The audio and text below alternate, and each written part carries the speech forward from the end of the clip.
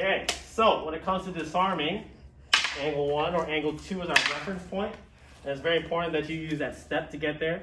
We want to be offensive, we don't want to be defensive, because as we know that if he were to do an angle 1 and I try to stop it, it's going right through. Okay?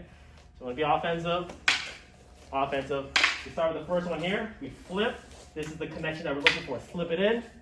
Okay? We square up by pushing frame. Use our entire body.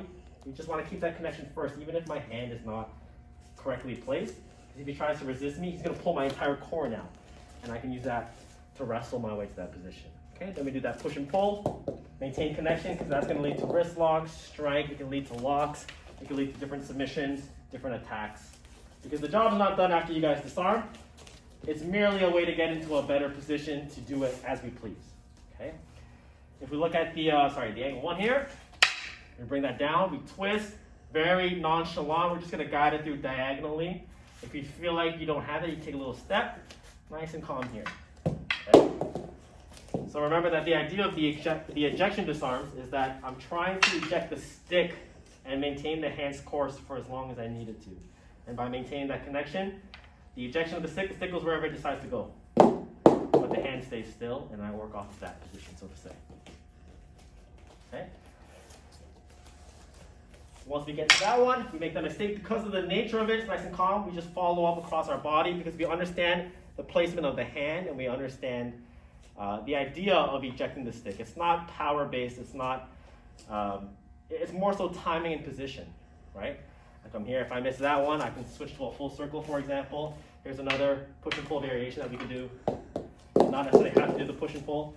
So realistically, as long as you have connection and you have an understanding of how to defeat someone's grip, you could do whatever disarm you want. And that's an important thing to understand. We have 22 at least I have 22 variations, maybe more, but it's more so the principle of disarming and not the technique of disarming. Because the principle will tell me if I can do it this way, ejection, if I could do it vine, or I could do it striking. And sometimes, like for some of our classmates, we know that maybe the ejection is not a good idea because of the way that their arm starts to turn.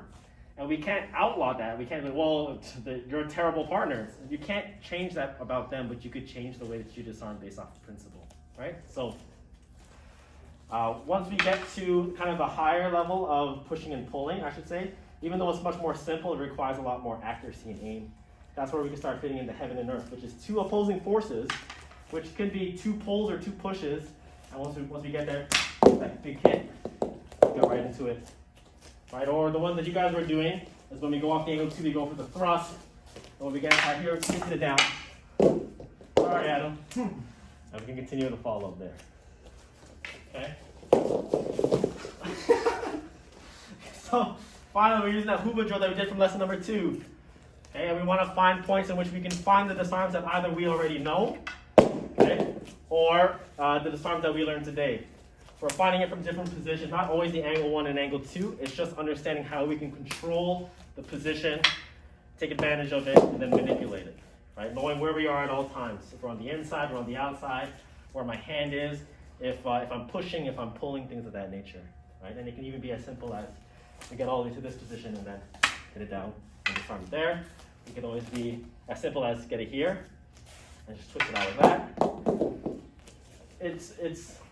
It's fun in games, and it's a great way to explore different ways of taking someone's stick out, and it's a fun part of Filipino martial arts. But just know that you don't need that all the time, right? Because if I go here and I look for this disarm, and then I miss that disarm, and then I miss this disarm, and I come over here and I'm struggling with this disarm, all through that process, if I didn't take away his base, if I didn't take his attention away from his grip, he's going to punch me, he's going to kick me, he's going to do everything to prevent him losing. And to him, losing might not be losing the stick, it might be him getting hit. So while he's not getting hit and he's not threatened, he's going to find a way to get out of this, right? So as we develop our disarming game, we want to make sure that we start incorporating ways to break their base and make them focus on other things and kind of ragdoll our opponent. So that makes it a higher chance that we're going to succeed with either the first one, the second one, maybe the third one if you link it to that. And just know that after we get to that disarm, or whether we get to it or not, there's always a position to lock and throw. There's always a position to clear and strike. There's always a way to go back to the simplicity of Kali, especially with single stick, and that's whack, whack, angle 1, angle 2. That make sense, everyone? Yes, sir? Yes, sir.